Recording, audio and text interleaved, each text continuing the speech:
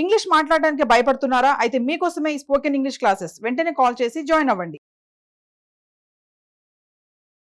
Hi viewers, India's largest digital media network Suman టీవీకి స్వాగతం. ప్రస్తుతం మనతో ఉన్నారు emotional wellness coach and motivational speaker హరిత గారు. హరిత గారి దగ్గర నుంచి బోల్డ్ అని విషయాలు, బోల్డ్ అనే టాపిక్స్తో మనం రెడీగా ఉన్నాం. ఆవిడ కూడా రెడీగా ఉన్నారు మాట్లాడడానికి. నమస్తే అండి. నమస్తే. నమస్తే రాధా. మామూలుగా హరిత ఎలా ఉంటారంటే ఒక్కొక్కరు ఒక్కొక్క రకంగా ఉంటారనమాట. కొంతమంది ఎలా ఉంటారంటే వాళ్ళ గురించి అవతల పర్సన్ ఒక్క నిమిషం కూడా, అది అమ్మాయి కానీ అబ్బాయి కానీ, ఒక్క నిమిషం కూడా ఆలోచించడు. ఇక్కడ ఈ అమ్మాయి కానీ అబ్బాయి కానీ వాళ్ళ గురించి గంటలు గంటలు ఆలోచిస్తూ ఏడుస్తూ ఇంకా ఆ ఏడుపు సీన్లు, ఏడుపు పాటలు వింటూ ఉన్న టైం అంతా వేస్ట్ చేస్తూనే ఉంటారు. కేవలం ఏడుపుతో వాళ్ళ ఆలోచనలతోనే టైం వేస్ట్ చేస్తారు. అవతల పర్సన్ మాత్రం ఒక్క నిమిషం కూడా వీళ్ళ గురించి ఆలోచించకుండా చక్కగా వాళ్ళ పనులు వాళ్ళు చకచకా చేసుకుంటూ ఇంకొకరితో ఎంజాయ్ చేస్తూ అసలు ఏముండదు. ఈ పిచ్చి మొహాలు మాత్రం ఏడుస్తూనే ఉంటారు. ఇటు హెల్త్ పోతుంది, టైం వేస్ట్ అవుతుంది. వీళ్ళని చూసి ఇంట్లో వాళ్ళు భయపడుతూ ఉంటారు.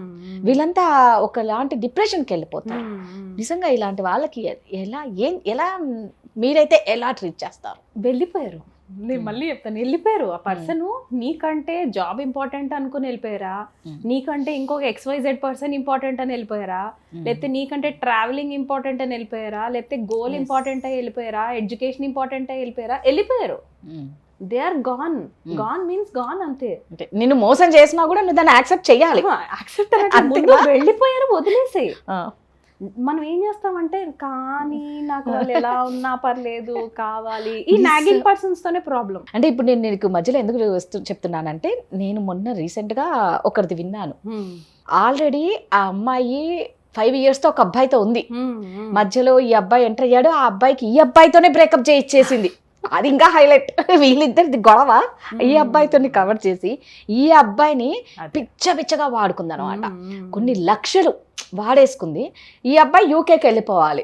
ఈ అబ్బాయికి అన్ని మంచి మాటలు చెప్పేసింది, మనం పెళ్లి చేసుకుందాం అది ఇది అనేసి. మరి ముందు వీళ్ళ కమిట్మెంట్ ఏంటో ఆ భగవంతుడికి తెలియాల. ఫస్ట్ కమిట్మెంట్లో ఉన్నారేమో, తర్వాత పెళ్లి దాకా. ఈ అబ్బాయి యూకేకి వెళ్ళిపోయిన తర్వాత ఆ అమ్మాయి ఏం చేసేసిందంటే, మెల్లగా నాకు ఎంగేజ్మెంట్, నాకు పెళ్లి చూపులు చూస్తే మెల్లగా స్టార్ట్ చేసి ఇక్కడ ఈ అబ్బాయి పిచ్చోడైపోతున్నాడు. అదే చాలా పిచ్చోడైపోతూ ఆ అబ్బాయి ఫిజికల్గా ఆ అబ్బాయి స్టార్ట్ చేశాడు, హర్ట్ చేసుకోవడం స్టార్ట్ చేశాడు. అయితే ఫైనల్గా ఏమైంది, ఆ అమ్మాయి నేను ఇంటికి వెళ్ళిపోతున్నాను, మా వాళ్ళు ఇంటికి తీసుకెళ్తున్నాను, నువ్వు కాల్ చెయ్యకు, నేనే నీకు కాల్ చేస్తా, నువ్వు అంటే నాకు ప్రాణం, నేను లేకుండా నువ్వు ఉండలేవు, అది నాకు తెలుసు, నేను నిన్ను మోసం చెయ్యను, నువ్వు మీ ఇంట్లో వాళ్ళకి చెప్పేయి, నేను మా ఇంట్లో వాళ్ళకి చెప్పేస్తా, నువ్వు ఫోన్ చేయకు.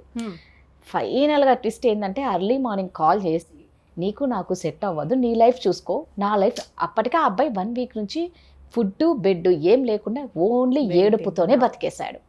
అంటే ఎంత ఘోరంగా అమ్మాయిలు ఇలా చేస్తే, ఈ అమ్మాయి నిజంగా చెప్పాలంటే అమ్మాయి అబ్బాయి గురించి ఆలోచించట్లే, ఈ అబ్బాయి మాత్రం పిచ్చగా ఆలోచిస్తూ టైం వేస్ట్ చేస్తున్నాడు. ఇలాంటి వాళ్ళకు నువ్వేం చెప్తావు? అవకాశవాది. ఆ అమ్మాయిని బ్యాడ్ గా అన్నను, చేసిన తప్పు రాంగ్, కానీ చాలా అవకాశవాది. అంటే ఏ బెటరా బి బెటరా, సో బి తో సెటిల్ అవ్వు, ఏ బెటరా సో ఏతో సెటిల్ అవ్వు, ఇద్దరిని మ్యాచ్ చేసుకొని చూద్దాం బ్యాలెన్స్ లో. ఎవరి సైడ్ వెయిట్ ఎక్కువ ఉంటే వాడి సైడ్. వీడికి ఎక్కువ ప్రాపర్టీస్ ఉన్నాయా, ఎడ్యుకేషన్ ఉందా, నన్ను బాగా చూసుకుంటాడా, సెటిల్డ్ ఫ్యామిలీయా, నేను రేపొద్దున జాబ్ చేయక్కర్లేదా, so I will choose this person. అంత ఫాస్ట్ గా అమ్మాయిలు ఉన్నారు రాధా, ఎందుకంటే మనకి బ్రెయిన్ సైజ్ పెద్దది. మనకి మెన్స్ కంటే we think from emotions, they think from logic. Difference ఉంటుంది. మన రైట్ బ్రెయిన్ వేరు, వాళ్ళ లెఫ్ట్ బ్రెయిన్ వేరు, సైజెస్ లో కూడా. మరి కాదు కానీ కొంచెం. మనం ఎక్కువ ఎమోషనల్ గా ఆలోచిస్తాం, వాళ్ళు ఎక్కువ లాజికల్ గా ఆలోచిస్తారు.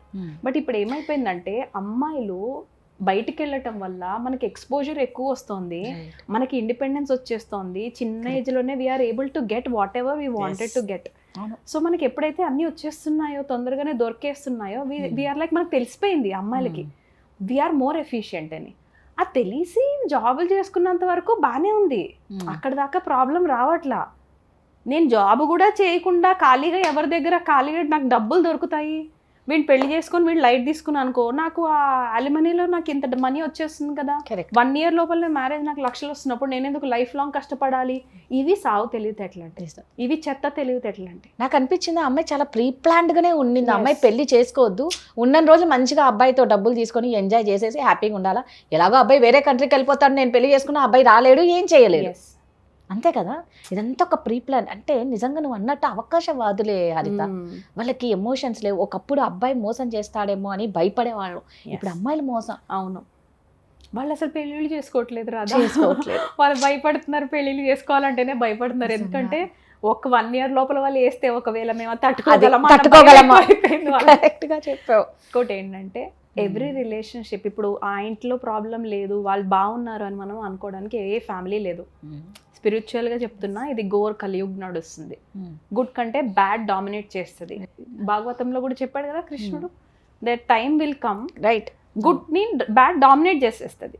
అంధకారం ఎంత ఉంటుందంటే ఆ లైట్ లో నీకేమి రైట్ ఏది రాంగ్ ఏది నీకు కనిపించదు. రక్షక్ భక్షక్ బంజాతి, నీకు కాపాడాల్సిన వాళ్ళే నిన్ను చంపేస్తూ ఉంటారు. And that's not a problem. అంటే అలానే టైం నడుస్తుంది. So every family is going through something or the other. నేను అబ్జర్వ్ చేస్తే ప్రతి ఫ్యామిలీలోని ఏదో ఒక భయంకరమైనదే నడుస్తుంది ఆల్రెడీ ఇష్యూ. మన అందరికీ ఒక ఎడిక్షన్ ఇప్పుడు ప్రెసెంట్గా ఆల్మోస్ట్ అందరికీ ఒక ఎడిక్షన్ ఉంది. ఏంటో చెప్పనా? Social media addiction. Very important. Screen addiction అయినా కొద్ది గొప్ప మనం కంట్రోల్లో ఉంటుంది. అవును, సోషల్ మీడియా ఎడిక్షన్ మనల్ని ఎంత డ్యామేజ్ చేస్తుందంటే, నా ఫ్రెండు అబ్బా యూకేలోకి వెళ్ళి సెటిల్ అయింది, ఇప్పుడు ఈ అమ్మాయి అది చూసేసింది, ఆ అమ్మాయి పిక్చర్స్ చూసేసింది, ఆ అమ్మాయి నిజంగా వైఫ్ అండ్ హస్బెండ్స్ ఇంట్లో ఎంత కొట్టుకుంటున్నారో దీనికి అనవసరం. కానీ సపోజ్ ఆ ఇమేజెస్ చూసింది, ఆ అమ్మాయి ఫీలింగ్ ఏముంటుంది? నేను కూడా యూకేకి పోవాలా, అంతే. అంటే యూకేకి వెళ్ళేవాడిని పట్టుకోవాలా, నేను కూడా ఆ ఫోటోలు దిగి నా క్లాస్మేట్స్కి అప్పుడు ఎవరైతే బుల్లింగ్ చేశారో సపోజ్ స్కూల్లో వాళ్ళకి నేను చూపెట్టాలని ఇప్పుడు ఎంత బాగున్నాను. This is social media addiction. చాలా యూట్యూబర్స్ నువ్వు చూడొచ్చు, భయంకరమైన ఫాల్తు వీడియోస్ చేసి పెడుతున్నారు, చూడడానికి కూడా సేమ్ వేస్తుంది మనకి. This is coming from this addiction. So హరిత, అయితే ఎలా హరిత ఇప్పుడు నీ గురించి ఆలోచించిన వాళ్ళ కోసం నువ్వెందుకు అంతగా ఆలోచించాలి? ఇంకా అది హార్ట్ అంటే వీళ్ళని మనం ఇంకా మార్చొచ్చా? వాళ్ళని వదిలేసేయండి. ఇంకా నేనేమంటే వెళ్ళిపోయిన వాళ్ళని వదిలేసేయండి రా బాయ్, నేను వద్దు కొట్టి కాల్తో తన్ని, నీకంటే నాకు వాడు ఇంపార్టెంట్ రా, నీకంటే నాకు ఆ అమ్మాయి ఇంపార్టెంట్ రా అనేసి వదిలేసిన వాళ్ళ వెనకాల సరే పడ్డామే అనుకో, ఎన్ని రోజులు పడితే వాళ్ళు పోనీ నీ దగ్గర ఐ లవ్ యూ అని రిటర్న్ చెప్తారు? గ్యారంటీ ఏమైనా ఉందా? అంటే నువ్వు లైఫ్ లాంగ్ బానిస కింద వాళ్ళ కాళ్ళ కింద బతకాలి. బానిస బ్రతుకంటే నిజంగా చెప్తున్నారు రాదా, this is far better to heal yourself. ఒక 3 months రీహాబ్ సెంటర్స్కి వెళ్ళి హీల్ చేసుకొని ఒక సైకియాట్రిస్ట్ ని కలిసి heal yourself and come back to your normal life. 6 months break కావాలా తీసుకో, 1 year బ్రేక్ కావాలా, నీకు ఫినాన్సెస్ రెడీ ఉన్నాయంటే 1 year బ్రేక్ తీసుకో. నీకు బ్రేక్ తీసుకోలేనంత ఫినాన్షియల్ రెస్పాన్సిబిలిటీస్ ఉన్నాయా? అయితే ఆ రెస్పాన్సిబిలిటీస్ కోసం బతుకు. రైట్. ఆ పోయిన వాళ్ళ కోసం ఎందుకు చావాలి? చాలా బాధ్యత పైన డిపెండెంట్ కోసం బతకాలి అన్న పెద్ద రీజన్ వేసుకో. Brain wants a logical reason to live. Right. ఎందుకు నేను బతకాలి? What is life? లైఫ్ అంటే ఏంటి? వాడి కోసం నేను బతకటమా, ఆ అమ్మాయి కోసం నేను బతకటమా, ఆ అమ్మాయి వెళ్ళిపోతే నా లైఫ్ అయిపోయిందా? No, that's not life. Life is a discovery అంటారు. Every day you will learn something, you will grow something. నువ్వు మళ్ళీ ఈరోజు చేసిన మిస్టేక్స్ని రేపు చేయకుండా ఉంటూ నువ్వు ముందుకు వెళ్ళటమే లైఫ్ అంటేనే. It's always full of opportunities. ఈ పిల్ల కాకపోతే వేరే పిల్ల బై రేపు పొద్దున వచ్చే అమ్మాయి, బికాస్ నీ బ్రెయిన్కి ఆల్రెడీ తెలిసిపోయింది కదా ఇలాంటి మిస్టేక్స్ నేను చేయకూడదు, ఇలాంటి పర్సన్ నేను చూస్ చేసుకోకూడదు అని. అచ్చా, you will not choose that person.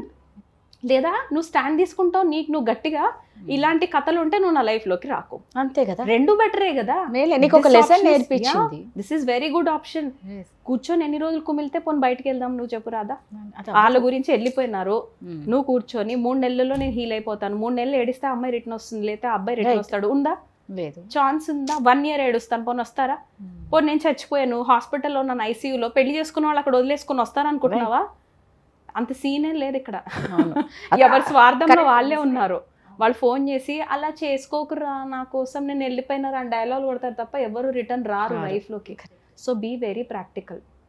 మొన్న ఒక షార్ట్ వింటే భలే బాధేసింది. ఒక అమ్మాయి లవ్ చేసిన వాడికి మళ్ళీ మ్యారేజ్ అయిన తర్వాత కాల్ చేసి ఆడేదో చక్కగా బతుకుతున్నాడు, నువ్వు చూస్ చేసుకొని వెళ్ళిపోయావు, నీ పేరెంట్స్ ఇంపార్టెంట్ అనుకున్నావు, నీ పేరెంట్స్ కి ఇంపార్టెన్స్ ఇచ్చావు, పెళ్లి చేసుకున్నావు, నోరు మూసుకొని ఆ లైఫ్ లోనే ఉండాలా. అవును. మళ్ళీ వీడికి కాల్ చేసింది, ఆ రికార్డింగ్ మనకి యూట్యూబ్ లో పెట్టారు షార్ట్ లో. నేను చచ్చిపోతారా అంటే, ఈ పిల్లోడు నువ్వు చచ్చిపోకు నేను ఉన్నాను అంటాడు. అరే ఈ ధైర్యం నువ్వు ముందు ఇచ్చినావు, ఇప్పుడు ఇంకా ఇప్పుడు నీ రెస్పాన్సిబిలిటీ కాదు. ఆ అమ్మాయి కాల్ చేస్తే నువ్వు కట్ చేయి, ఫస్ట్ నిజంగా కట్ చేయి, ఎందుకంటే మళ్ళీ నువ్వు ఈ స్పైరల్ లో ఇరుక్కొని నువ్వే అమ్మాయి ట్రాప్ చేసావు, నీ మీద తిప్పడంలో 2 నిమిషాలు పడ్డా. నిజంగా ఇది చాలా ఇంపార్టెంట్. పెళ్ళి అయిన తర్వాత మళ్ళా నీ లైఫ్ లోకి నా భర్త బాగాలేదు, నా భార్య బాగాలేదు అని వచ్చారన్న వాళ్ళని అసలు దేకొద్దు. బాయ్ బాయ్, అది అసలు మీట్ యు నెక్స్ట్ బర్త్, అంతే నెక్స్ట్ జన్మలో చూసుకుందాం, అంతే అప్పటిదాకా వెయిట్ చేయి, అంతే. కరెక్ట్ గా చెప్పావు. లేదు 100% ఇదే జరుగుతుంది హరిత. ఈ హార్ట్ అంతకంటే పెయిన్ తీసుకోలేదు రాదా, ఎందుకు అంత కార్టిజోల్ రిలీజ్ చేయాలి? పోయిన వాళ్ళ కోసం మనం ఎందుకు? చావుని తీసుకోగలిగిన వాళ్ళు వీళ్ళని తీసుకోలేమా? అనుకోని వదిలేసుకోవాలి. దేవుడు మరుపు అనేది మనకి ఇచ్చిన గిఫ్ట్, దాన్ని మనం ఎంత బాగా యూజ్ చేసుకుంటే అంత బాగా హ్యాపీగా ఉంటాం. Thank you Radha.